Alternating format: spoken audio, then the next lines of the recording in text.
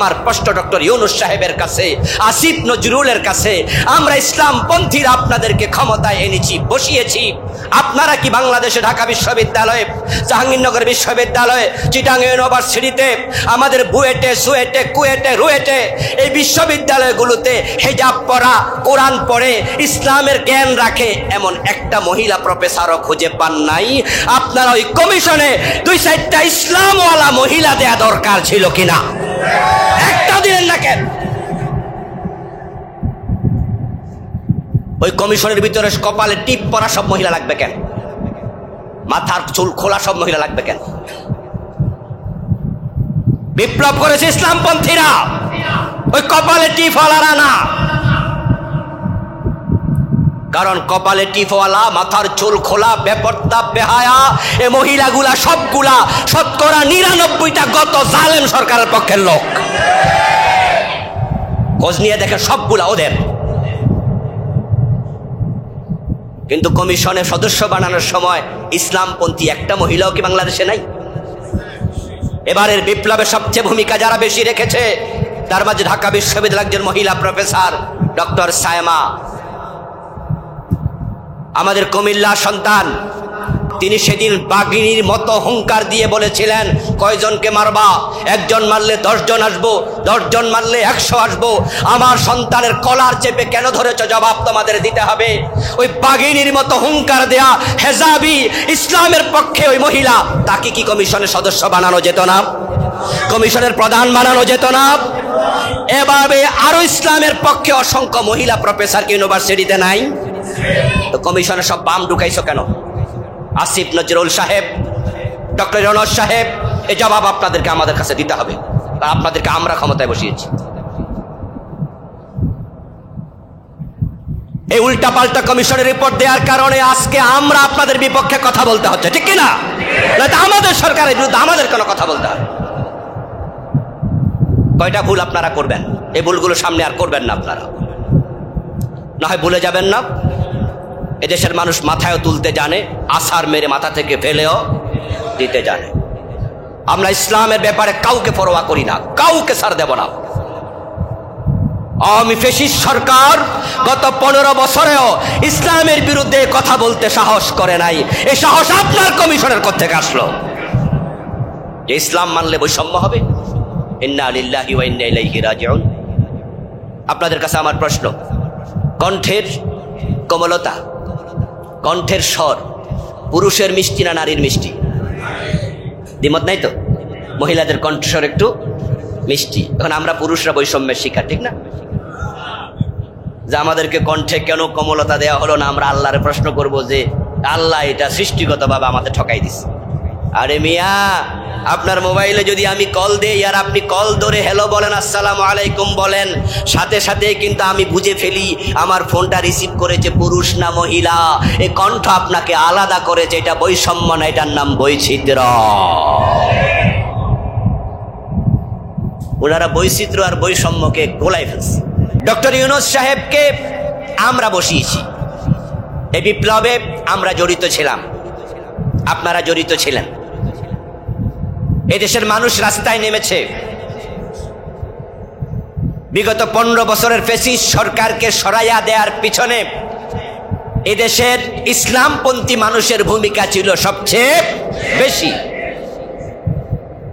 যে 2000-এর কম বেশি ফ্যাসিস্টের বিরুদ্ধে দাঁড়িয়ে শাহাদাতের নজরানা পেশ করেছে, ওই 2000-এর কম বেশি যারাই শহীদ হয়েছে তাদের 80% বা তারও বেশি ছিল ইসলামের পক্ষ শক্তি, আলেম ওলামা এবং ইসলামের পক্ষের লোক। কারণ বিগত যে জালেম সরকার ছিল, ফ্যাসিস্ট ছিল, ওরা ছিল রাম এবং বাম এবং ইসলাম বিদ্বেষীদের সমন্বয়ে গঠিত সরকার। তাই গত সরকারটা ছিল পুরা ইসলাম বিরোধী, ঠিক না? তাহলে তাদেরকে সরাই আমরা ইসলামের পক্ষ শক্তি বিপ্লব করে এই সরকারকে বসিয়েছি। সুতরাং আমাদের রক্ত দিয়ে গড়া, রক্তের উপরে দাঁড়িয়ে তৈরি হওয়া সরকার আবার ইসলামের বিরুদ্ধে অবস্থান নেবে, আমরা সেটা হতে দিতে পারি না। ইউনূস সাহেব আমাদের সরকার, আমরা বসিয়েছি ওনাকে। আমাদের ছাত্র জনতা অনুরোধ করেছে, উনি এসে চেয়ারে বসেছে। অগাস্ট আন্দোলন, জুলাই আন্দোলনে ডক্টর ইউনূস কি রাস্তায় নেমেছিল? উনার সন্তানরা নেমেছে? তাহলে উনি এখন প্রধান, এ কথার অর্থ এই দেশ উনি তৈরি করছে তা নয়, এটাকে আমরা সাজিয়ে উনাকে বসিয়েছি।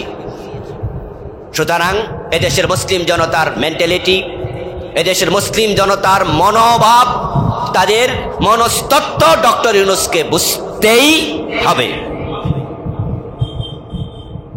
সংস্কার কমিশন তৈরি হয়েছে, নারী সংস্কার কমিশনে যে সদস্য নিয়োগ দেয়া হলো, সেখানে সদস্যগুলো অধিকাংশে হচ্ছে বাম এবং তারা এনজিও বায়াসড।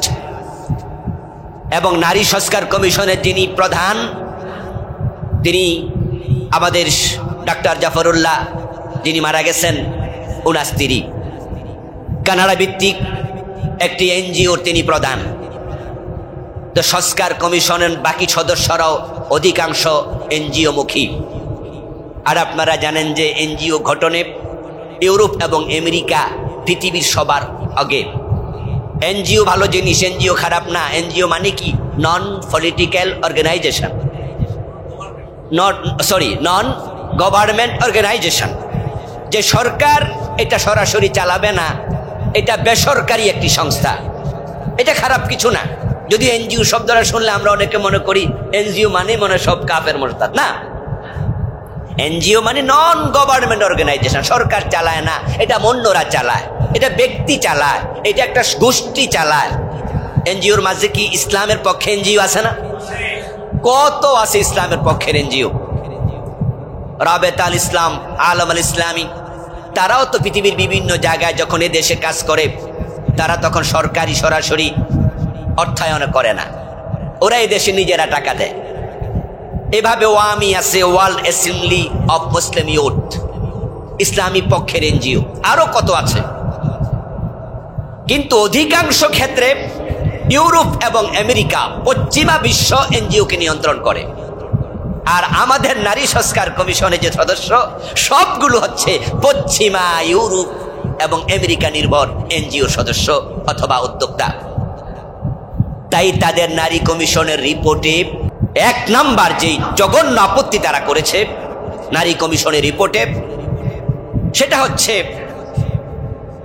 পারিবারিক জীবনে ধর্মীয় নীতি তথা ইসলামী নীতি অনুসরণ করার কারণে বাংলাদেশের নারীরা বৈষম্যের শিকার হচ্ছে। ওনাদের প্রস্তাব হলো পারিবারিক জীবনে ধর্ম অনুসরণ বাদ দিতে হবে। রাষ্ট্র যেন এটা বলে, রাষ্ট্র যেন নতুন করে আইন জারি করে যে বাংলাদেশের পারিবারিক জীবনে ইসলামী ভাব দ্বারা রাষ্ট্রীয় ইসলামী আইন মানা দরকার নাই। 92% মুসলমানের দেশ, ইসলামের পক্ষের জনশক্তির বিপ্লব। আপনারা যে কমিশনের সদস্য হইয়া সেখানে 2-4 পয়সা পাবেন, এই সবটার পিছনে ইসলামপন্থী লোকের ভূমিকা। আর আপনারা এই কমিশনের রিপোর্টে এসে বলছেন ইসলাম বাদ দিতে হবে। আজীব তো। আপনাদের কাছে আমার প্রশ্ন, ইসলাম কি বৈষম্য তৈরি করে না বৈষম্যের দেয়াল ভেঙে দেয়? আমি জানি না এই কমিশনের সদস্যরা বৈষম্য আদৌ বোঝেন কিনা। তারা শিক্ষিত মানুষ, তাদের শিক্ষা নিয়ে আমার প্রশ্ন নেই, তারা জেনারেল শিক্ষায় শিক্ষিত, কিন্তু ইসলামের রহস্যই জানে কিনা তাদের এই রিপোর্ট দেখে আমার সন্দেহ তৈরি হয়েছে। কারণ পৃথিবীতে ইসলাম একমাত্র ধর্ম, যে ধর্ম প্রত্যেকটা মানুষের অধিকার নিশ্চিত করে। ইসলাম একমাত্র ধর্ম যেখানে হিন্দু, বৌদ্ধ, খ্রিস্টান, নাস্তিক নির্বিশেষে সকল মানুষের প্রাপ্য অধিকারকে নিশ্চিত করেছে। ইসলাম হচ্ছে সবচেয়ে ইনসাফপূর্ণ ধর্ম। আল্লাহ তাআলা কোরআন মাজিদে আমাদের অর্ডার করেছেন, ইন্নাল্লাহা ইয়া'মুরু বিল আদলি ওয়াল ইহসান। আল্লাহ অর্ডার করেছেন, নির্দেশ করেছেন, তোমরা সমতা, তোমরা ইনসাফ, তোমরা ন্যায় প্রতিষ্ঠা করো। তো যেই ইসলাম ন্যায় প্রতিষ্ঠা করতে বলে, সেই ইসলাম কখনো বৈষম্যকে সাপোর্ট করতে পারে না। তো বাংলাদেশের মহিলারা নাকি পারিবারিক জীবনে ইসলাম ফলো করার কারণে বৈষম্যের শিকার হচ্ছে। ওয়ান্ডারফুল। আসলে বৈষম্য এবং বৈচিত্র্য এ দুটি ভিন্ন জিনিস। এই কমিশনের সদস্যরা বৈষম্য আর বৈচিত্র্য এ দুটি আদৌ ভালো করে জানেন কিনা, এটা আমার প্রশ্ন। কারণ তারা বৈচিত্র্যকে বৈষম্যের জায়গায় বসিয়ে দিয়েছে। তারা বুঝাতে চায় যে ইসলাম ফলো করার কারণে বাবা যদি মরে যায়, মা যদি মরে যায়, তাহলে পারিবারিক জীবনে যখন সম্পদ বন্টন হয় তখন ছেলে পায় দ্বিগুণ, মেয়ে পায় এক গুণ। তাহলে মেয়ে কম পাইল। তারা ভাবছে এটা বৈষম্য। তারা ভাবছে এটা বৈষম্য, মেয়েরা কম পাইল। তারা ভাবতেছে একজন পুরুষ একসাথে কয়টি বিয়ে করতে পারে? কি রে, এলাকার লোক বিয়ে করে নাই নাকি? আচ্ছা, কয়টা করতে পারে? কিন্তু একজন মহিলা একসাথে কয়টা করতে পারে? তারা ভাবতেছে মেয়ে তো ঠকে গেল। পুরুষ যদি একসাথে 4টি বিয়ে করতে পারে, একজন মহিলা একসাথে 4টি কেন পারবে না? ইসলাম এটা অনুমোদন করেনি। এটার নাম দিয়েছে তারা বৈষম্য। এই যে বৈষম্যের শিকার হয়ে গেল। জুমার মসজিদে ইমাম কি পুরুষ হবে না মহিলা হবে? রাষ্ট্রপ্রধান পুরুষ হবে না মহিলা হবে? ইসলাম বলেছে রাষ্ট্রপ্রধান নারী হবে না। লান ইফলিহা কওমুন ওয়াল্লাউ আমরাহুম ইমরাতান। নবীজি সাল্লাল্লাহু আলাইহি সাল্লাম বলছেন, সহিহ বুখারীর riwayat, ওই জাতি কখনো কল্যাণ পাবে না যদি নারীকে তারা রাষ্ট্রপ্রধান বানায়। তাহলে তারা বলতেছে রাষ্ট্রপ্রধান মহিলা হতে পারবে না, মসজিদের জুমার খতিব মহিলা হতে পারবে না, শুধু পুরুষেরা হবে। তাহলে পুরুষদেরকে প্রাধান্য দেয়া হলো, নারীদেরকে এখানে ঠকানো হলো। এটার নাম দিয়েছে তারা বৈষম্য। এই জাতীয় কিছু চিন্তা থেকে, এবং তাসলিমা নাসরিন তো বলেছে পুরুষরা যদি সেন্ডু গেঞ্জি গায়ে দিয়ে হাঁটতে পারে, একটা প্যান্ট পরে খালি পায়ে হাঁটতে পারে, গালে গায়ে হাঁটতে পারে, তাহলে আমি মহিলা, আমি কেন খালি গায়ে হাঁটতে পারবো না? সে বলছে এখানে আমরা নারীরা কিসের শিকার? এটার নাম দিয়েছে বৈষম্য। এই জন্য আমি বলেছি নারী কমিশনের সদস্যরা বৈষম্য আর বৈচিত্র্য বোঝে কিনা সেটা আমি সন্দিহান। বৈষম্য হচ্ছে সেই নীতি যাহা মানুষকে তার প্রাপ্য অধিকার থেকে বঞ্চিত করে। এটার নাম বৈষম্য। আমরা আমাদের 5ই আগস্টের যে বিপ্লব হয়েছে, সেই বিপ্লবের মূল কথা ছিল বাংলাদেশে বৈষম্য থাকতে পারবে না। যেখানে সরকারি চাকরি হয় সেখানে মুক্তিযোদ্ধার ছেলে, সে মুক্তিযোদ্ধার ছেলে হওয়ার কারণে মেধা কম, মেধাবীদের উপরে চলে যাবে, এটা বৈষম্য। পরীক্ষা আপনি দিলেন, আমি দিলাম, আমি 180 পাইলাম, আপনি 170 পাইলেন, কিন্তু চাকরি হইল আপনার, কারণ আপনি মুক্তিযোদ্ধার ছেলে। তাহলে আমি 80 পাইছি, মেধা আমার বেশি, আপনি 70, আপনার মেধা একটু কম, তো চাকরি তো আমি পাওয়ার কথা, কিন্তু আমাকে দেয়া হলো না, কারণ আমি মুক্তিযোদ্ধার নাতি না। একজন ছাত্র পরীক্ষা দিয়েছে, তার বাড়ি হচ্ছে কুমিল্লায়, আরেকজনের বাড়ি হিলটেক্সে, পার্বত্য চট্টগ্রাম। দুইজন নাম্বার পেয়েছে 60। এখানে দুইজনের কাকে চাকরি দেবে? বলে তার বাড়ি যেহেতু পার্বত্য অঞ্চলে, তার কোটা আছে, এই জন্য সে পেয়ে যাবে। তা আমার প্রশ্ন, আমি যে 60 পাইলাম, চাকরি আমাকে কেন দিলেন না? যে ব্যক্তি যাহা পাবে তাকে তা না দেয়ার নাম কি? বৈষম্য। বৈষম্য সে নীতিকে বলে যেই নীতি মানুষকে তার অধিকার থেকে বঞ্চিত করে। ইসলাম এমন এক ধর্ম যা কখনো কাউকে অধিকার থেকে বঞ্চিত করে না। মুসলিমরা পারিবারিক জীবনে ইসলাম ফলো করার কারণে নারীরা বৈষম্যের শিকার। এই প্রশ্ন কমিশনের যে সদস্যগুলো তুলেছে তারা ইসলামকে ছোট করেছে। আল্লাহর ধর্ম ইসলামকে ছোট করা কুফরি। তাই প্রত্যেকটা সদস্যকে তাওবা করে আবার ঈমান আনতেই হবে। তাদের এই প্রস্তাবনা কুফর, কারণ তারা আল্লাহকে বলেছে যে আল্লাহর ইসলামে তিনি বৈষম্য করছে। বৈষম্য জুলুমের নাম, ইনসাফের খেলাফ। চাকরি পাওয়ার কথা আপনি আপনারে না দিয়ে আরেকজনের ছিল, জুলুম না? বৈষম্য মানে জুলুম। ইসলাম জুলুমের বিপক্ষে। আর এই মহিলাগুলো বলতেছে ইসলাম মানলে নাকি বৈষম্য হয়। আসলে ইসলামে বৈষম্য নেই, ইসলামে আছে বৈচিত্র্য। আমার প্রিয় ভাইয়ারা, ইসলাম বৈচিত্র্য শিখিয়েছে। বৈচিত্র্য মানে কি? বৈচিত্র্য মানে হলো এমন কিছু চিহ্ন, এমন কিছু বিষয় যা একটা থেকে আর একটাকে আলাদা করবে। যেমন মহিলাদের মুখে দাড়ি নাই, দাড়ি ওঠেই না। আল্লাহ তাআলা দাড়ি ওঠার জন্য চেহারায় যে হরমোনগুলো দরকার এগুলো মহিলাদের মুখে দেন নাই, পুরুষের মুখে আল্লাহ ওই হরমোনগুলো দিয়েছেন। এই জন্য পুরুষের মুখে দাড়ি ওঠে, নারীর মুখে দাড়ি ওঠে না, পুরুষের মুখে দাড়ি ওঠে। দাড়ি ওঠার পরে পুরুষের চেহারার সৌন্দর্য একটু কমবে, এটাই স্বাভাবিক। যে ছেলেটার বয়স মাত্র 14-15, তার চেহারা একটা লাবণ্য লাবণ্য ভাব, একটা দাড়িও নাই, মোছও নাই, দেখতে একটু সুন্দর লাগে। যখনই কিছু দাড়ি উঠতে থাকে তখন চেহারার সৌন্দর্য হালকা কিছু কমে। এখন পুরুষরা যদি বলে আল্লাহ আমাদের মুখে হরমোনগুলো কেন দিল, আমরা পুরুষরা বৈষম্যের শিকার হইব এটা? আরে বেটা, তুই যে পুরুষ, তোর মুখে দাড়ি দিয়া আল্লাহ নারী থেকে আলাদা করেছে। সুবহানাল্লাহ। এটার নাম বৈচিত্র্য। যাহা এমন চিহ্ন, এমন বিষয় একটা থেকে আরেকটাকে আলাদা করবে। আপনাদের কাছে আমার প্রশ্ন থাকবে, কিছু জবাব দিবেন সবাই। আমরা লজিক্যাল কথা বলবো, আমরা অবশ্যই ইনসাফের কথা বলবো, কারণ নারী কমিশনের রিপোর্ট যারা দিয়েছে তারাও আমাদের দেশের মহিলা। কিন্তু দুর্ভাগ্য হচ্ছে এখানে ইসলামী চিন্তা লালন করে, ইসলামের ব্যাপারে স্টাডি আছে, একটা সদস্যই কমিশনে দেয়া হয়নি। এটা বড় দুর্ভাগ্যের। এই জন্য বলছি ইসলাম মানতে গেলে নাকি বৈষম্যের শিকার হয়।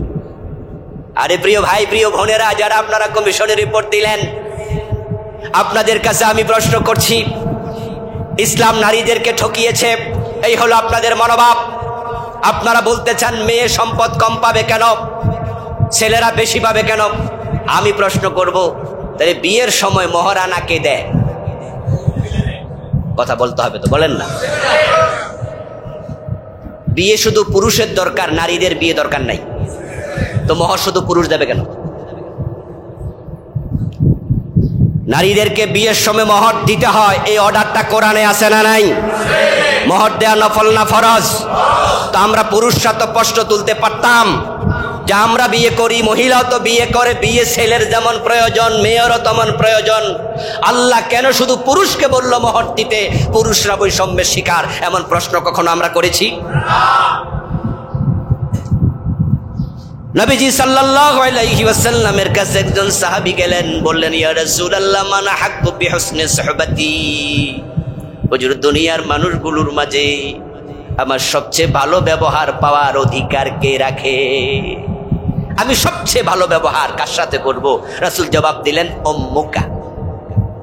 সবচেয়ে বেশি অধিকার কার? সাহাবী প্রশ্ন করলেন, সুম্মা মান? তারপরে রাসূল আবার বললেন, উম্মুকা, তোমার?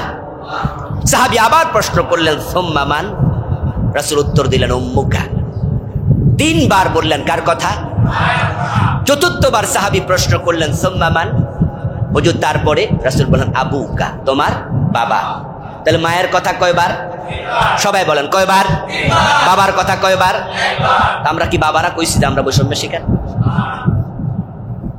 আসল ব্যাপারটা কি? নবীজি সাল্লাল্লাহু আলাইহি ওয়াসাল্লাম বললেন, আল জান্নাতু তাহতা আকদামিল উম্মাহাত। জান্নাত তোমার মায়ের পায়ের নিচে। জান্নাত কার পায়ের নিচে? রাসূল কি বলছে বাবার পায়ের নিচে জান্নাত? আমরা বাবারা বলছি আমরা বৈষম্যের শিকার। আসলে ব্যাপারটা হচ্ছে এটা বৈচিত্র্য। ইসলাম যাকে যেখানে যা পাওয়া দরকার তাকে সেখানে তাই দিয়েছে। যেখানে পুরুষকে প্রাধান্য দেয়া দরকার সেখানে ইসলাম পুরুষকে প্রাধান্য দিয়েছে। যেখানে নারীকে প্রাধান্য দেয়া দরকার সেখানে নারীকে প্রাধান্য দিয়েছে। এটার নাম বৈষম্য না বেকুবের দল জাহেলেরা? এটার নাম বৈচিত্র্য। বৈচিত্র্য হচ্ছে আল্লাহর সৃষ্টির সৌন্দর্য।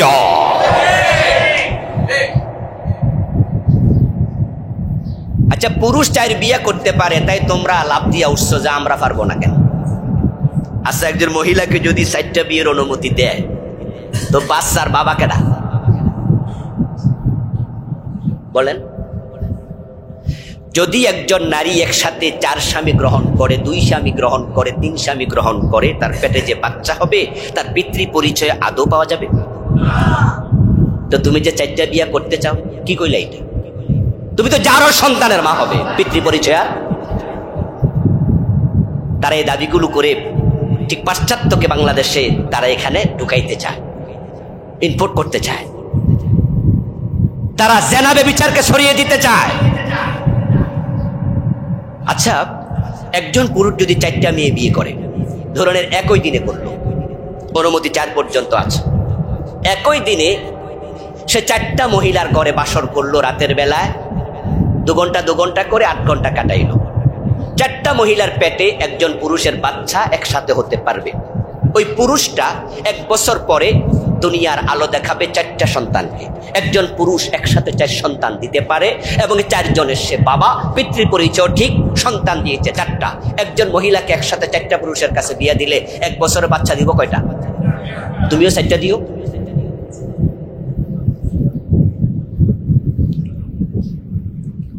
আল্লাহর বৈচিত্র্যে হাত দিতে যেও না। নারী পুরুষকে সৃষ্টিগতভাবে আল্লাহ আলাদা করেছে। সম্পদের প্রশ্ন আসে, বাবার সম্পত্তিতে ছেলেরা বেশি পায়, মেয়েরা কেন কম পায়? আমার প্রিয় ভাইয়েরা, ইসলাম কত সুন্দর, এটা যে কত যৌক্তিক ধর্ম। দেখেন আপনি, পুরুষ হচ্ছে সম্পদ খরচ করার লোক, এজন্য পুরুষের সম্পদ আসবে, খরচ হবে। কিন্তু নারীকে আল্লাহ এমন জায়গায় রাখছে, সে যা যা পাবে শুধু থেকে যাবে। বিয়ে করার সময় নারী মহারানা পাবে, কিন্তু পুরুষ মহারানা দেবে। আচ্ছা, নারী যে মহারানাটা পেল, এখান থেকে কি সে তার স্বামীর জন্য খরচ করতে বাধ্য? কিন্তু পুরুষ যে কামাই করলো সেখানে একাই খাবে না, বউকে খাওয়াতে বাধ্য। একজন নারীর সম্পদ আল্লাহ যা দিয়েছে খরচ করার জায়গা নেই। একজন পুরুষ যদি মাসে 10,000 টাকা বেতন পায়, একজন নারী 10,000 টাকা বেতন পায়, ওই নারীর 10,000 টাকার মাঝে তার স্বামীর 1 টাকারও অধিকার নাই। কারণ যেহেতু স্বামীকে পরিপালন করা নারীর দায়িত্ব না, এই জন্য সে স্বামীকে চাইলে দেবে, না দিলে স্বামী বলতে পারবে না এটা আমার হক আছে। কিন্তু স্বামী যদি 10,000 টাকা ইনকাম করে, এই 10,000 টাকার মাঝে তার বউয়ের হক আছে না নাই? ইসলাম এখানে নারীকে সেভ করে দিল। তার ভরণ পোষণ, চিকিৎসা, তার থাকার জায়গা, তার সব কিছু পুরুষের দায়িত্ব। এই জন্য ইসলাম দেখেছে, আল্লাহ দেখেছে খরচ যেহেতু কম, তাহলে পুরুষের যেহেতু খরচ বেশি, তাহলে তাকে সম্পদ একটু বেশি দেয়া দরকার, পুরুষকে বেশি দিয়েছে। এবার বলুন তো, একটা মেয়ের যখন বিয়ে হয়ে যায়, তখন তার মা এবং বাবা যে থেকে গেল ওই বাড়িতে, যেখানে বাবার বাড়ি, এই মহিলা কি স্বামীর বাড়ি থেকে মা বাবার জন্য টাকা পাঠাতে বাধ্য? আদৌ কি পাঠায়? ওই মা বাবারে খাওয়ায় কেডা? তার ভাইয়েরা, ছেলেরা। ছেলেরা যখন খাওয়াবে, মায়ের অসুস্থতা, বাবার অসুস্থতা, তাদের খাবার দাবার, তাদের প্রয়োজন সবকিছু ছেলেদের ঘাড়ে পড়ে। তাই ছেলেদেরকে একটু বেশি দেয়া, এটা কি যৌক্তিক না অযৌক্তিক? ডেফিনেটলি এটা যৌক্তিক।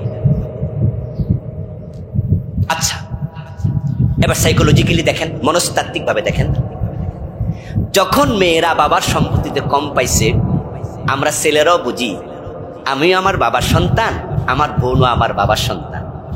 আমি পেয়েছি 1 বিঘা, আমার বোন পেয়েছে আধা বিঘা, তাহলে এখানে আল্লাহ আমার একটু বেশি দিছে, সুতরাং এই বোনের খোঁজ খবর নেয়, এটা আমার নৈতিক দায়িত্ব।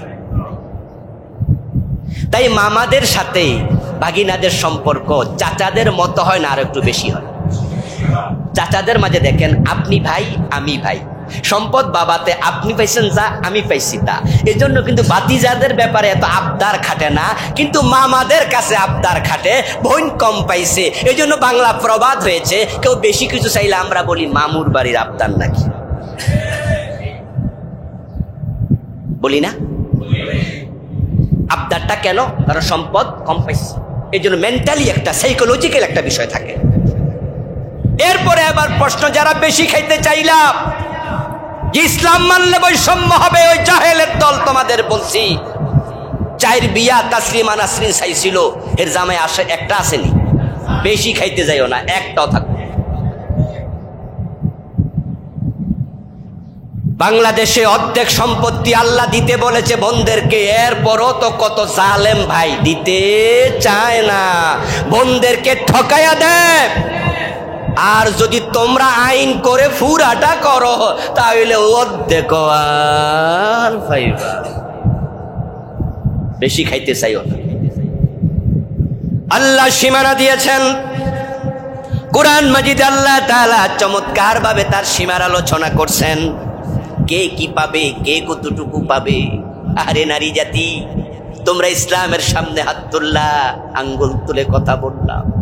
অথচ এই মহিলা কমিশনের, এই সংস্কার কমিশনের যতগুলো সদস্য সবগুলো মহিলা, এবং সেখানে প্রায় সবগুলো মুসলিম।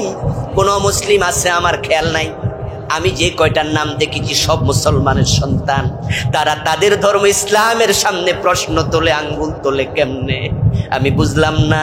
ইসলাম তো সে ধর্মের নাম যেই ধর্ম যখন এসেছে তখন থেকে নারীদের সম্মান বেড়ে গেছে। ইসলাম আসার আগে আমি এই নারী কমিশনের সদস্যদেরকে বলবো, আপনারা একটু ইসলামের ইতিহাস পড়ুন। ইসলাম যখন এসেছিল, প্রথম যুগে ইসলাম আসার সময় নারী সন্তান হলে মেয়েদেরকে জীবিত কবর দেয়া হতো। কোরআন বলছে ওয়াইযাল মাউউদাতু সুইলাত বিআইয়ি যামবিন কুতিলাত। ও দুনিয়ার মানুষেরা, মেয়েদেরকে জীবিত কবর দিও না। এই মেয়েটাকে কিয়ামতের দিন আল্লাহ তাআলা জীবিত করবেন, তার বাবার সামনে দাঁড় করিয়ে দেবেন, দিয়ে বলবেন যে তুই প্রশ্ন কর। আমি সন্তান মেয়ে হিসাবে জন্ম নিয়েছি, আমার তো কোনো দোষ নাই, আমার তো আল্লাহ মেয়ে বানাইছিল, কিন্তু তুমি বাবা, আমি মেয়ে হওয়াতে আমাকে দুনিয়ায় রাখো নাই, মাটিতে চাপা দিয়েছ। আমি প্রশ্ন করছি আল্লাহর সামনে তোমাকে, আমার অপরাধটা কি ছিল? জবাব তোমাকে দিতেই হবে। ওয়াইযাল মাউউদাতু সুইলাত বিআইয়ি যামবিন কুতিলাত। কোন অপরাধে তাকে হত্যা করা হয়েছে, কোন জবাব আল্লাহর সামনে দিতে পারবে না। ও বাবারা, সুতরাং মেয়েদেরকে এখন থেকে আর হত্যা করা যাবে না। ইসলাম মেয়েদেরকে বাঁচাইয়া দিল হত্যা করা থেকে, জীবিত কবর দেয়া থেকে। আর তুমি কিনা বলছো ইসলাম তোমাকে বৈষম্যের শিকার বানাচ্ছে। কত বড় নিমক হারাম! ইসলাম মায়ের সম্মান দিয়েছে নারীকে। আমরা আলেম ওলামারা নারীদের পক্ষে যত কথা বলি, যত ওয়াজ করি, আমি 2001 থেকে ওয়াজ করি, 2025 চলছে। আগে তো ইউটিউব ছিল না, এই ফেসবুক ছিল না, কিন্তু ফেসবুক ইউটিউব আসার পর থেকে ফেসবুক ইউটিউবে কি আমার হাজার হাজার আলোচনা আছে না? আপনারা যারা ঢোকেন তারা তো দেখেন যে টিপ দিলেই হাজার হাজার শত শত আলোচনা। আচ্ছা, আমাদের মতো আলেম ওলামার যারা আছে, ওয়াজ করতেছি, আমার এই 24-25 বছরের ওয়াজের জীবনে কোনো মহিলাকে ছোট করেছি, নারীদেরকে নেগলেক্ট করেছি, অপমান করে কথা বলেছি, একটা শব্দ বের করতে পারবেন? বরং ইসলাম নারীদের পক্ষে কথা বলে। আমরাই বলি মায়ের হক দাও। মায়ের হক নিয়ে আলাদা বই লিখেছি আমি, পারিবারিক জীবন নিয়ে মায়ের হক লম্বা আলোচনা লিখেছি, বোনের হক নিয়ে লম্বা আলোচনা লিখেছি। আমার ইসলাম আমাকে শিখিয়েছে মায়ের পায়ের নিচে জান্নাত খুঁজতে হবে। মা হলো জান্নাত,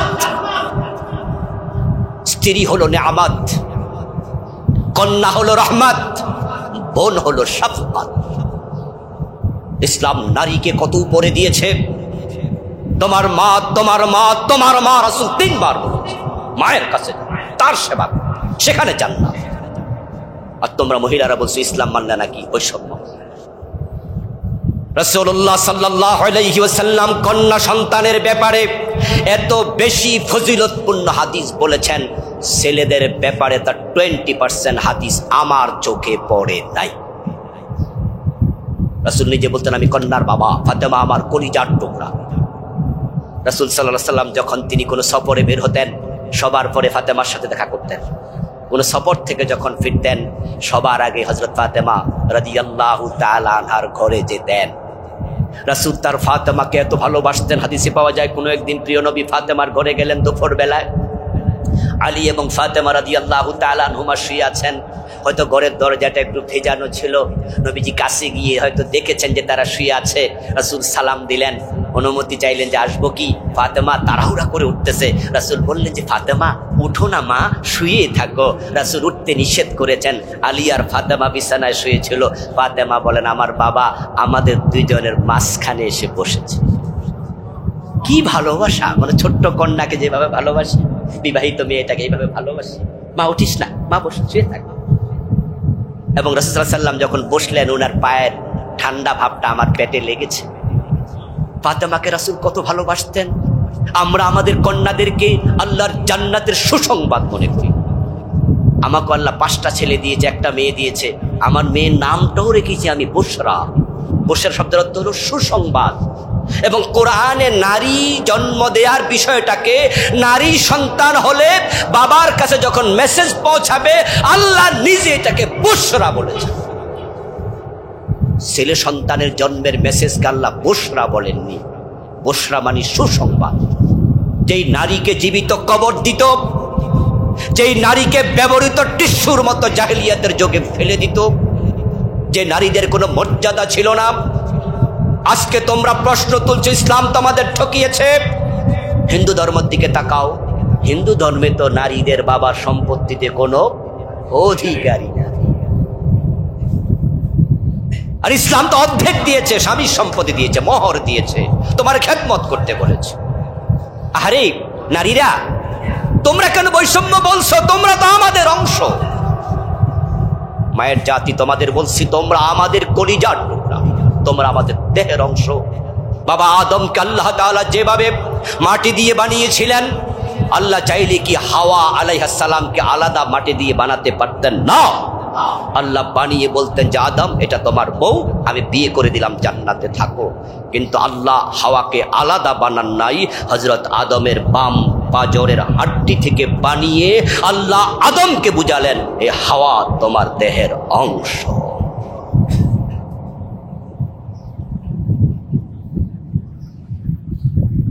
ومن آياته أن خلق لكم من أنفسكم أزواجا لتسكنوا إليها وجعل بينكم مودة ورحمة। আল্লাহ কোরআনে বলেন, এটা আমার কুদরত, আমি তোমাদের দেহের অংশ থেকে তোমাদের স্ত্রীকে বানিয়েছি। আমি আল্লাহ হাওয়াকে আদমের অংশ দিয়া বানাইছি। বানাই আল্লাহ বুঝাই দিলেন, আদম তোমার সাথে এই হাওয়ার কোনো বৈষম্য নাই, বৈপরীত্য নাই। পুরুষ নারী একে অপরের বিপরীত নাকি পরিপূরক? আমরা একজন একজনের সাথে লাগবো এরকম কিছু না, ইসলাম পরিপূরক বানিয়েছে। নারী এবং পুরুষ একজন আরেকজনের শত্রু না, দ্বন্দ্ব নাই, তারা আলাদা না। তোমরা নারীরা আমাদের অংশ। তোমাদেরকে আমরা কন্যা হিসাবে ভালোবাসি, মা হিসাবে সম্মান দেই, বোন হিসাবে ভালোবাসি, স্ত্রী হিসাবে তোমাদেরকে আমরা আমাদের লেবাস মনে করি। হুন্না লেবাসুল লাকুম ওয়া আনতুম লিবাসুল লাহুন্না। তোমরা আমাদের দেহের কাপড়, আমরা তোমাদের দেহের কাপড়। এই কাপড়টা, এটা যখন দোকানে ছিল তার মূল্য হয়তো গজ 500 টাকা, পুরাটা কাপড় 4 গজের কাছাকাছি, এর দাম 1800 টাকা ধরেন। কিন্তু এটা যখন আমার গায়ের জামা, তখন এটার দাম যত আমার ইজ্জতের দাম তত। এই যে আমার পরনে পায়জামা আছে, এটার দাম কত? 500 টাকা, 400 টাকা। কিন্তু যখন এটা আমার গায়ের কাপড় হয়ে গিয়েছে, আমার ইজ্জতের দাম তত, পায়জামার দাম তত। আপনি খুলতে আসবেন, আপনাকে ঘষে দিয়ে আসবেন। আমার লাঠি থাকলে লাঠি দিয়ে পিটাবো, আমার ইজ্জতে। আল্লাহ নারীদেরকে বলেছে পুরুষের ইজ্জতের জন্য বড় মত, কি সম্মান আল্লাহ দিয়েছে। আর তোমরা বলছো ইসলাম নাকি তোমাদেরকে বৈষম্যের শিকার করেছে। আল্লাহর দেওয়ার সীমানায় থাকো। তিলকা হুদুদুল্লাহ ফালা তাকরাবুহা। সীমানা দিয়ে আল্লাহ বলে, এগুলো আমার আল্লাহর, আমি আল্লাহর সীমানা, এটা লঙ্ঘন করার জন্য কাছাকাছি যেও না। ওমান ইয়াতাআদ্দা হুদুদাল্লাহ ফাউলাইকা হুমুজ জালিমুন। পুরুষকে তার অধিকার দিয়েছে, নারীকে তার অধিকার দিয়েছে।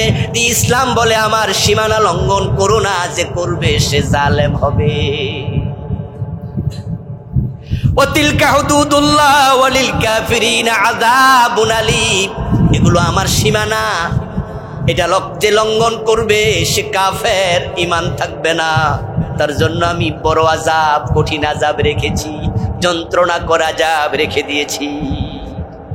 ওয়াতিলকা হুদুদুল্লাহ ওয়া মান ইয়াতাআদ্দা হুদুদাল্লাহ ফাকাদ যালামা নাফসাহু। আল্লাহর আয়াতে বলেন এগুলো আমার সীমানা, যে লঙ্ঘন করবে সে নিজের উপর জুলুম করবে। আসলে আমাদের এই নারী কমিশনের সদস্যরা, ওরা অধিক স্বাধীনতা চায়, আরো বেশি চায়। যে স্বামীর কথা বউ কেন শুনবে? কারণ ইসলাম মানতে গেলে পারিবারিক জীবনে ইসলামের অর্ডার হলো স্বামীর কথা স্ত্রীকে শুনে চলতে। কোরআনে আল্লাহ বলছে আর-রিজালু কাওয়ামুনা আলান নিসা। পুরুষরা হবে নারীদের দায়িত্বশীল। আর ওরা বলে না, ইসলাম মানলে সমস্যা, বরং আমি আমার স্বামীর কথা কেন শুনবো? আমিও তো এমএ পাস, সেও এমএ পাস, আমিও বিসিএস ক্যাডার, সেও বিসিএস ক্যাডার, স্বামীও ডাক্তার, স্ত্রীও কি, তোর কথা আমি কেন শুনবো? তখন তারা স্লোগান বের করেছে, আমার দেহ আমার মন, স্বামীর শাসন কত। স্বামীর কথা কেন শুনবো? আমার মনে চায় আমি যা করবো।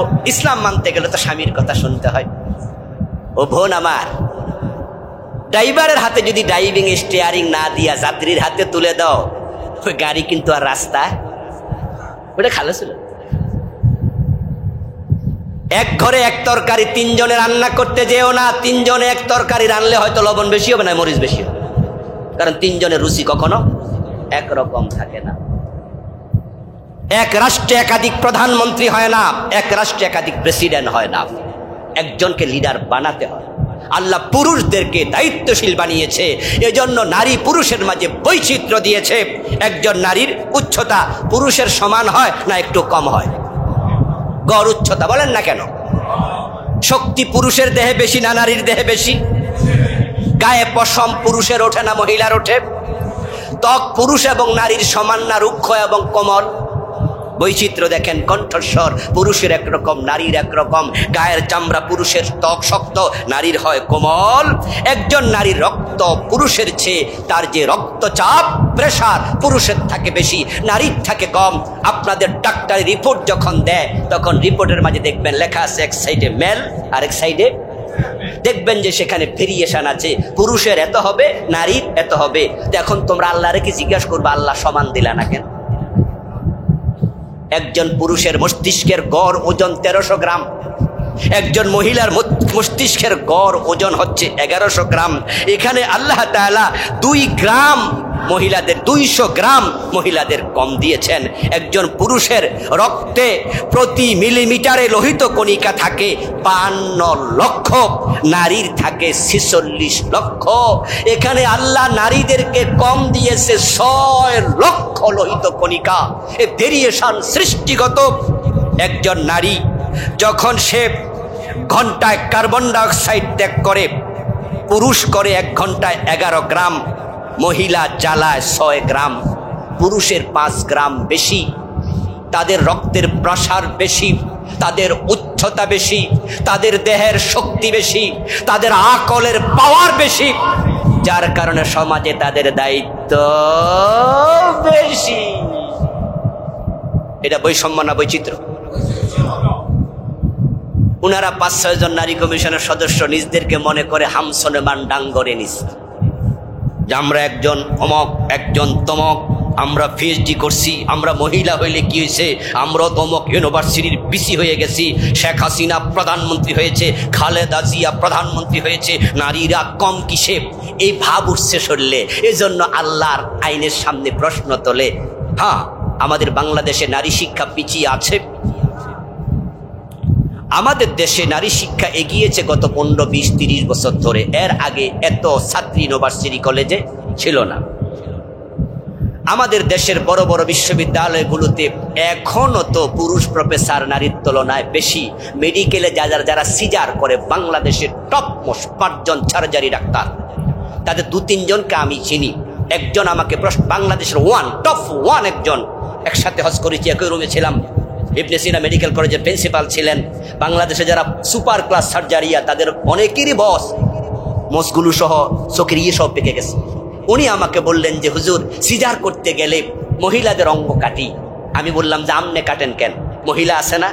বলল হুজুর, বুক যখন সিজার করি, ব্রেস্ট সিজার করি, আমিও তো মানুষ, আমিও পুরুষ মানুষ, পুরা হইলে কি হয়েছে, পুরুষত্ব তো আছে, ওই মহিলার ব্রেস্টের দিকে তাকাইলে তো গুনাহ হয়ে যায়, এখন জান্নাতে যাব কেমনে? আমি বললাম যে মহিলা ডাক্তার দিয়ে করেন না। বলে হুজুর, সেন্সিটিভ সিজার গুলো করার মতো মহিলা ডাক্তার এখনো তৈরি।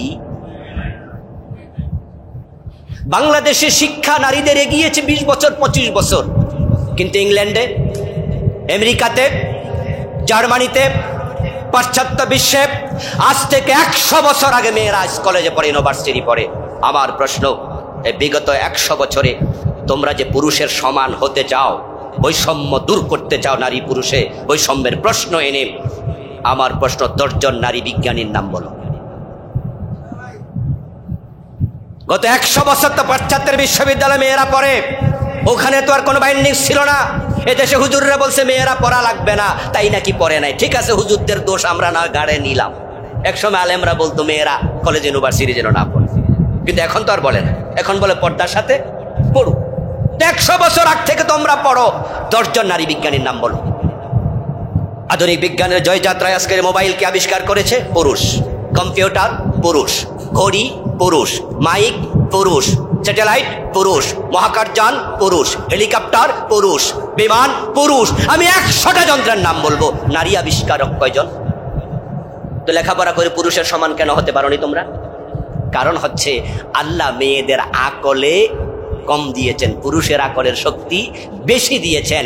এই জন্য নারীদেরকে বলছেন ওয়াকারনা ফি বুয়ুতিকুন্না, তোমাদেরকে দায়িত্ব দিয়েছি ঘরে, আর পুরুষকে দায়িত্ব দিয়েছি বাহিরে। ঘরে থেকে নিজকে ছোট মনে করো না, তোমরা নবী হতে পারোনি। বৈষম্য মনে করো না বোন আমার ভাব, তুমি মসজিদের ইমাম হতে পারোনি, ভাববা না তোমাকে ইমাম কেন বানানো হলো না, বৈষম্য না। তুমি নবী নাও, তবে তুমি নবীর মা হয়েছ, নবী তোমার পেটেই হয়েছে। ওই নবীর জান্নাতটাও তোমার পায়ের নিচে। তুমি মসজিদের খতিব হতে পারোনি, কিন্তু মা ওই খতিব তোমার পেটে হয়েছে।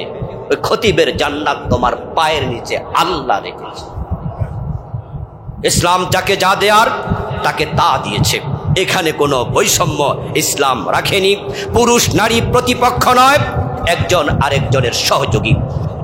প্রিয় ভাইয়েরা, তাদের এই প্রথম অংশের আলোচনা সংক্ষেপে, কারণ 1:45 পার হয়ে গেছে। 4টি বিষয় বলবো বলেছি। দ্বিতীয়টা, তারা প্রশ্ন তুলেছে, তারা বলেছে, প্রস্তাব দিয়েছে যে সমস্ত বেশ্যা পতিতা বাংলাদেশে আছে, যেগুলোকে আমরা জাহান্নামের কীট বলি, এর চেয়ে আরো খারাপ। 500 টাকা দিলে শুয়ে যায়, যার ইজ্জতের দাম 500 টাকা। ওই একজন ভিক্ষুকও দিনে 1000 টাকা কামায়, ওই পতিতা 200 টাকা দিলে শুয়ে যায়।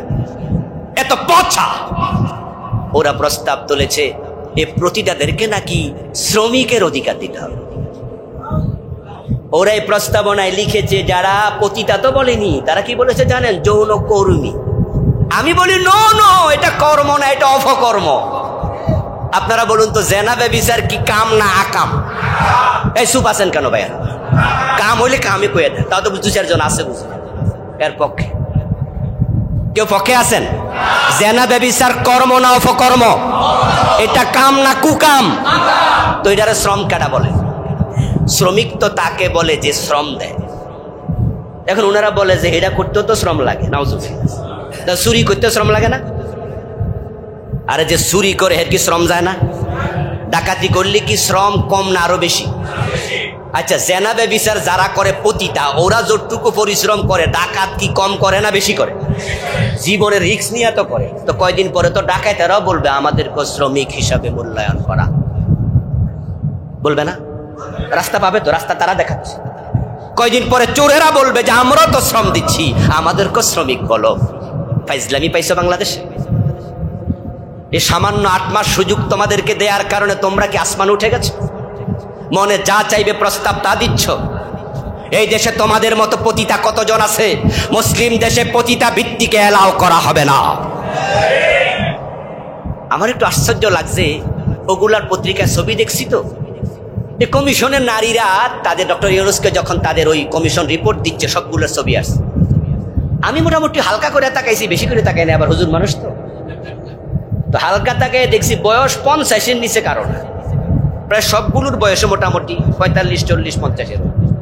আমার প্রশ্ন জাগলো, এই বুড়া বয়সে পতিতার জন্য মনে মহাব্বত কেন? রিপোর্টে আর জিনিস পাইছে না যে যারা বেশ্যা, পতিতা, পাগী, নষ্ট চরিত্রা, ওদের পক্ষে লিখতে হবে কেন? তাহলে প্রশ্নই তো জাগতে পারে, যৌবন কালে হয়তো ডাল মে কুছ কালা है,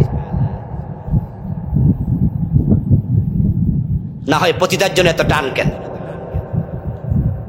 আমরা বেঁচে থাকতে বস্তা পচা রিপোর্ট পাশ করতে পারবে না, বরং এই রিপোর্ট সহ রিপোর্ট কমিশনের সদস্য সবগুলাকে বাতিল করে এই রিপোর্টকে ডাস্টবিনে ফেলে দিতে হবে। আমাদের জীবন থাকতে পচা রিপোর্ট পাস করতে পারবে না। ইতিমধ্যে সেমিনার হয়েছে, পত্রপত্রিকায় লেখা হয়েছে, গতকালকে সেমিনার ছিল। সরমনাই পীর সাহেব হুজুর ছিলেন, জামাতের আমির ছিলেন, আইম্মা মাশায়েখের উদ্যোগে ডিপ্লোমা ইঞ্জিনিয়ার্স ইনস্টিটিউটে প্রোগ্রাম হয়েছে, সেখানে আমিও ছিলাম। আমিও 5-7 মিনিটের একটা বক্তৃতা দিয়েছি। সেখানে আমরা সব অঙ্গনের আলেমরা বলেছি যে এই রিপোর্ট প্রত্যাখ্যাত রিপোর্ট এবং এই কমিশনের প্রতিটা সদস্যকে জবাবদিহিতার আওতায় আনা উচিত। ইসলামকে হেয় করার কারণে তাদের বিরুদ্ধে ধর্ম অবমাননার মামলা হওয়া উচিত। আরেকটা জঘন্য কি জানেন? বলছে কোন স্ত্রী যদি স্বামীর সাথে মেলামেশা করতে অমত থাকে, তাহলে স্বামী যদি করে ফেলে তাহলে স্ত্রীকে ধর্ষণের মামলার অধিকার দিতে হবে। এই রিপোর্টে মুখস্থ কথা বলছি না, এই রিপোর্টে বলছে স্বামী নাকি স্ত্রীর কাছে নিলে স্ত্রী যদি অমত থাকে তাহলে ধর্ষণের মামলা। ধর্ষণের মামলার শাস্তি জানেন তো কি? যাবজ্জীবন নয়তো ফাঁসি। তাহলে আপনার বোর লোকে কিলাকিলি যদি একটু করেন তাহলে কোন মামলা খাইবেন? নারী নির্যাতন না তোরে ওস্তাদ, ধর্ষণ। নারী নির্যাতনের মামলা তো বাংলাদেশে আগেই চলমান আছে। যৌতুকের মামলা আছে না? স্বামী স্ত্রী ঝগড়া লাগলে মিথ্যা মামলা দেয়, যৌতুকের মামলা মিথ্যা। এদেশের যৌতুকের মামলার মাঝে 60 থেকে 55% থেকে 60 মিথ্যা মামলা। মেয়ে ছেলেকে রেখে চলে গেছে। আচ্ছা, সময় যে বেশি গেছে, বিরক্ত হচ্ছেন না তো? একটু দেন, আজকে কষ্ট করেন, আসেন দেরিতে, দোষ কি আমার? আমি তো এসে গেছি 12টার আগে। প্রিয় ভাইয়েরা, মেয়ে চলে গেল সে স্বামীকে রেখে আরেক বেটার সাথে। কয়দিন পরে এসে স্বামীকে বলছে আমার মহারানার টাকা দাও। স্বামী বলছে তুমি চলে গেলা, দোষ তো আমার না। না কইয়া বিয়ে করে নিলাম, টাকা চাও, টাকা দিবা না? মোহরের মামলা তো দেবই, সাথে যৌতুকের মামলা। আমার পরিচিত একজনকে 10 লাখ টাকা নিয়ে গেছে। মোহর 10 লাখ ছিল, 10 লাখে দিতে হয়েছে, অথচ বউটা নিজে চলে গেছে। এখন যৌতুকের মামলা চলমান, নারী নির্যাতন, কথায় কথা নির্যাতনের মামলা, মিথ্যা মামলা চলমান। এখন যোগ করতেছে কোনটা? ধর্ষণের মামলা। আচ্ছা, রাস্তায় একটা মেয়ে হাঁটতেছে, আপনি চিনেন না, জানেন না, ওটাকে তুলে নিয়ে আপনি তার ইজ্জত হরণ করলেন, এটার নাম কি? নিজের ঘরের বউ এও যদি দর্শন, তাহলে বিয়ে করা দরকার কি? বিয়ে করে লাভ কি? আর দ্বিতীয় হলো, যদি এটা পাশ হয় তাহলে ঘরে ঘরে জামাই হবে ফাঁসির আসামি, নয়তো যাবজ্জীবনের আসামি। পুরুষরা ভবিষ্যতে বিয়ে করতে চাইবে না। পাশ্চাত্য বিশ্বের কোন কোন দেশে অলরেডি এই আইন পাশ আছে। এই জন্য ইউরোপ আমেরিকাতে বিয়ের চেয়ে যারও সন্তানের সংখ্যা বেশি। বিয়ে বহির্ভূত চলছে অপকর্ম। ওরা কি চায়? বাংলাদেশকে বানাতে কি চায়? তখন পুরুষ যদি, বাস্তবতা কি, ধরেন আপনার সাথে আপনার স্ত্রীর কোনো বিষয় নিয়ে একটু গন্ডগোল হলো, মন মিলে না, এখন সে ভাবতেছে মামলা কোনটা দিলে ধরতে পারবো। যখন এটা ফাঁস হবে, ডাইরেক্ট বড়টা লাগায় দাও। কারণ গত রাতে আপনি আপনার স্ত্রীর সাথে 2 জন মন ভালো ছিল, এই অবস্থায় 2 জনে বিছনায় গেছেন। সকালবেলা ঝগড়া লাগছে, বেরি দুপুরবেলা গিয়ে বললো যে কালকে যে কাম করছে আমি রাজি ছিলাম না, সুতরাং ধর্ষণের মামলা। এটা ঠেকাবে কে? এখন গত রাতে যে বউ রাজি ছিল না, ঘরে কি সিসি ক্যামেরা ছিল? ঠেকাবেন কি দিয়া? হাসবেন না, এটা হাসির প্রশ্ন নয়। গত রাতে যে আপনার স্ত্রী রাজি ছিল, স্বামী স্ত্রী তো মেলামেশা হবে, এটাই তো দুনিয়ার নিয়ম। সকালের ঝগড়ায় বিকালে গিয়ে থানায় বলেছে আমি রাজি ছিলাম না, সিসি ক্যামেরাও তো নাই, তা ঠেকাবেন কি দিয়ে? এই জাতীয় 2-4টা ঘটনা যখন এলাকায় ঘটবে, তখন যুবকেরা ডরে আর বিয়ে করবে না। বিবাহ যখন বন্ধ হবে, জেনার বাজার চালু হবে। আর যৌন কর্মীদেরকে কর্মীর নাম দিয়েছে, রাস্তা আরো খুলে গেছে, তারা বাংলাদেশকে ইউরোপ বানাতে চায়, এটা ঠেকাতেই হবে, কোনো কথা নাই, এটা হতে দেওয়া যাবে না।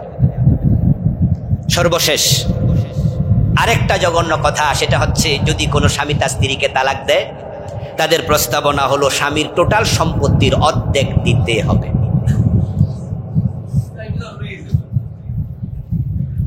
স্বামী স্ত্রীর বিবাহ বিচ্ছেদের সম্পদ ভাগ হবে 50-50।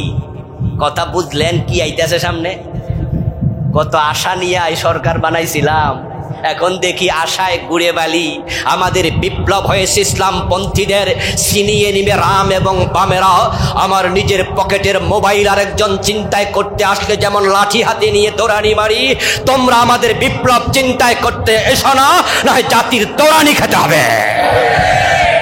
আমরা এগুলোকে পরোয়া করি না, রাস্তায় নামতে আমাদের বাধ্য করো না। গত 15 বছরে ফ্যাসিস্ট সরকারের বিরুদ্ধে আমরা কথা বলেছি, জেলে গিয়েছি, মামলা খেয়েছি, আলেম ওলামারা ফাঁসির মঞ্চে গিয়েছে, কিন্তু আপোষ তো সে আলেমরা দেশে আছে। উল্টা পাল্টা কমিশন বানায়ও না। প্রিয় ভাইরা, ইসলাম নারীদেরকে যে অধিকার দিয়েছে আমরা সে অধিকার নিশ্চিত করতে চাই। পুরুষকে যে অধিকার দিয়েছে সেটা নিশ্চিত করতে চাই। প্রত্যেকে নিজের জায়গায় তাসলিমা নাসরিনের মতো বলো না বোন, তুমি বলো না যে আমি কেন গেঞ্জি গায়ে দিয়ে খালি গায়ে হাঁটতে পারবো না। আরে একটা ছেলে যদি রাতের 3টা বাজে গরম লাগে, সে এখানে নিউ টাউন থেকে হাঁটতে হাঁটতে যাত্রাবাড়ি চলে যায় হাওয়া খাইতে, লুঙ্গি পইরা আবার সুন্দর করে চলে আসবে। কিন্তু তুমি বাইরে হলে তো 1/2 কিলোমিটার গেলে 3 বার দর্শিতা হইবে। একজন নারী যদি গেঞ্জি গাদ দিয়ে রাতের বেলায় গেঞ্জি খুইলা হাঁটে, দোষিতা হবে না? তো তুমি পুরুষের মতো হতে কেন যাও? কেন তুমি বলছো যে আমি সমান হতে চাই? আল্লাহ যাকে যা দিয়েছে বুঝে শুনে দিয়েছে, সীমা লঙ্ঘন করো না। এই যে বিদ্যুতের তারের উপরে কভার থাকে, বিদ্যুতের তার যদি বলে যে আমি কভার থাকবো না, আমিও খোলা থাকতে চাই, তাহলে সেখানে মানুষ হাত দিলে মরে যাবে। তার উপরে তারটা দিয়েছে নিরাপত্তার জন্য। তুমি মনে করো না তোমার বোরকা, তোমার এই হেজাব ইসলাম তোমাকে খাটো করার জন্য দিয়েছে, মোটেও না। তুমি তো সম্মানিতা, ইসলাম তোমাকে পর্দার আইন দিয়েছে নিজের নিরাপত্তার জন্য। ফালা তা'তাদুহা, সীমা লঙ্ঘন করো না, জুলুম করো না। আল্লাহ তাআলা এই নারী নীতি যারা দিল তাদেরকে হেদায়েত দান করুক, বলেন আমিন। নিশ্চয় আমাদের সরকার সেটা গ্রহণ করবে না ইনশাআল্লাহ, আমরা সেটাই আশাবাদী। এবং ডক্টর ইউনূসও ভালো মানুষ। যতটুকু আমরা এই 8 মাসে টের পাইছি, আমাদের দেশে বিগত 65 বছরে উনার মতো যোগ্য রাষ্ট্রপ্রধান আমরা পাই নাই। আজকের পৃথিবীতে যে কয়জন যোগ্য রাষ্ট্রপ্রধান, টোটাল পৃথিবীতে রাষ্ট্রের সংখ্যা 228টি বা 226টি, মনে হয় 195টা জাতিসংঘের সদস্য, বাকিগুলো এখনো পাইনি। এই 228টি রাষ্ট্রের মাঝে যে কয়জন বর্তমান রাষ্ট্রপ্রধান আছে, ইউনূস কিন্তু ম্যাগাজিনে 100-র ভিতরে ঢুকেছে। ওটা 100 না, 10 জন ধরলে ইউনূস টপ 10-এর একজন। আমরা তাকে চিনতে পারিনি। হ্যাঁ, তার কিছু লিকেজ আছে, সে সুদের এদেশে প্রচার করেছে। আরে সুদ কি জনতা ব্যাংকে নাই, সোনালী ব্যাংকে নাই? সুদ হে একাই খাইছে। হ্যাঁ, আমরা সুদের বিরোধী, এটাকে আমরা মায়ের সাথে চেনা মনে করি, সুদকে আমরা প্রত্যাখ্যান করি, চরম ঘৃণা করি। কিন্তু সুদের গুনাহ কি ইউনূস একাই করে? কিছু লিকেজ আছে, আমরা তার ওই লিকেজগুলো সমালোচনা করি, কিন্তু তার ভিতরে ক্ষমতার লোভ নেই, অর্থের লোভ নেই। এই 8 মাসে আমরা দেখেছি এদেশের সে ভালো চায়, এই জন্য আমরা তার সাথে আছি। যারা নির্বাচন করে গলা শুকাচ্ছেন, এদেশের মানুষ নির্বাচনকে এখন পছন্দ করে না, অধিকাংশ বলে দরকার নাই। কারণ নির্বাচন হয়ে লাভ কি? আগে খাইছে একজন কালামিয়া, এখন খাইব দলামিয়া, ঠিক না? আগে সাদাবাজি করছে এক গ্রুপ, এখন করব আরেক গ্রুপ। এজন্য এত নির্বাচন দরকার নেই। আমরা ইউনূস আপনার সাথে আছি, কিন্তু উল্টা পাল্টা কমিশন করা যাবে না, তাহলে আমরাই আপনার বিপরীতে দাঁড়িয়ে যাব। আল্লাহ তোমার দিনকে তুমি হেফাজত করো, বলেন আমিন। আসসালামু আলাইকুম ওয়া রাহমাতুল্লাহি ওয়া বারাকাতুহু। একটু বেশি সময়ের জন্য সরি, যারা সুন্নাহ পড়েন নাই তারা সুন্নাহ পড়ে নেন।